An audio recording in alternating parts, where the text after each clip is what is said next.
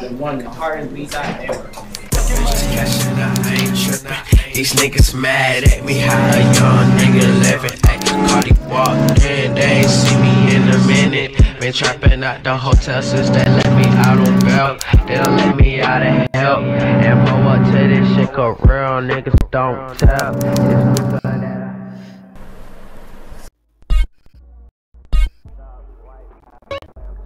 Jordan Carter was born September 13th, 1990. He grew up in the suburbs of Riverdale in Atlanta, Georgia.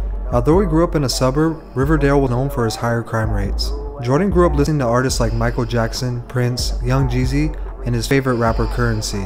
When he was young, he would freestyle a lot. The first time his family actually heard him freestyle, they threw dollar bills on him as a joke and hyped him up to keep going. He never really thought anything of it growing up and would never actually write down a song. In high school, he got really involved with basketball, to the point where he believed if he really tried, he could go pro. He started smoking weed every day before practice, and his grades would be at best all through high school. He eventually got into a fight with his basketball coach and quit the team. His friends would tell him to start recording real music since they thought he had what it took. After thinking about it, and now that his hoop dreams were done, he decided to start writing his first songs. He recorded his first song on GarageBand, entitled it Cry.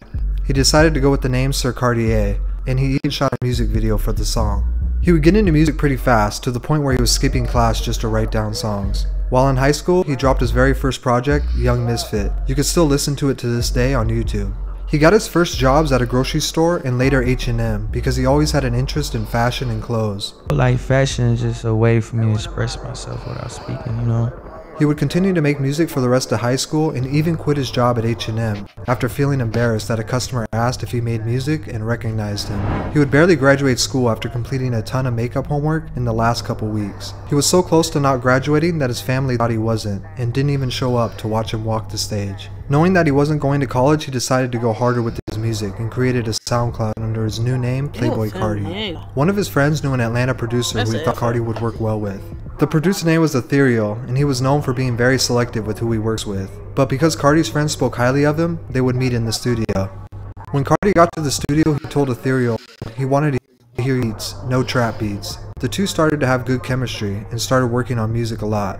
Ethereal would introduce Carti to a guy named Father, who was the founder of the underground label Awful Records. He dropped his very first song called Young Zanho on SoundCloud, and after Father heard this, he would sign Carti to Awful Records as well. The moment I realized that it was people out there that liked my music, you know, that pushed me. That was enough. Under his new label, which was just starting to gain a buzz around Atlanta, he dropped his songs Lost and Talk. Even this early on, you can hear how ahead of its time this music was. It was unlike all the music coming out of Atlanta in 2014. This is where he really started to find his style and run with it. In late 2014, he would make friends with another producer who was trying to make a name for himself, Mexico Dro. Mexico Dro and Carti's music just seemed to work good together, almost too good, and once again ahead of its time. When Carti started using his beats, it was like he entered another mode. Mexico quickly became his go-to producer. They would record songs like Money Count and By Myself No Help. With Ethereal and Mexico Dro feeding Carti beats, his music on SoundCloud was finally starting to catch the attention of our audience. His SoundCloud followers and played to rise. You see everything coming together. It was very under. At 15, decided to from Atlanta to New York, where he would sleep on his weed plug's floor. I had to get up that day to get up out of Atlanta. He can recall ASAP Bari coming to his plug's house to buy weed and recognizing him, not knowing at the time how influential this would be. With Carti's music starting to buzz around, he would start to make a lot more friends in high places. And as I mentioned before, he always had a taste for fashion. This would lead him to making friends with Ian Connor in New York, who was a very popular online influencer and well established in the fashion scene. Ian and Carti would become especially close, to the point where Ian asked to manage Carti. With this being said, he decided to part ways with his label Awful Records. Ian would play a huge role in getting his music heard. He would frequently post Carti's music to his hundreds of thousands of followers on Instagram and Twitter. Not only did this help Carti accumulate new fans, but it would also get his music in front of other mainstream artists. At South by Southwest in 2015, Carti and Ian would attend a house party where Ian introduced him to ASAP. Carti had heard some of his music and really liked it. With the two common interest in music and fashion, it wouldn't take long for them to become. In April, he dropped his song Broke Boy, and it instantly brought his face to the top of the underground music scene, gaining millions of plays on SoundCloud and YouTube, as well as blog exposure from sites like Complex. With millions of people now paying attention to him, it was only right he dropped another song. A month after Broke Boy came out, he released another single, Fetty, featuring Dash and Maxo Cream. Once again, the song was an underground hit. This momentum would lead him to officially signing to ASAP Mob in October of that year. Once he reached out to me, that was just crazy, bro. What? With a ton of hype behind ASAP's member, Ian Connor announced on Twitter that the new Playboy Carti tape was coming very soon.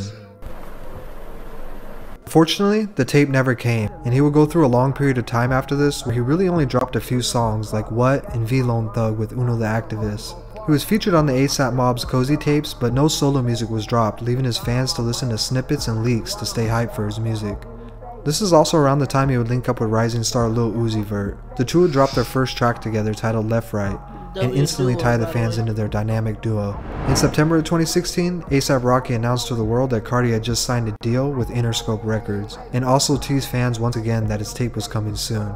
But no tape came. In 2017, the hype around Carti was all-time high, with some fans patiently running multiple on the way to produce albums.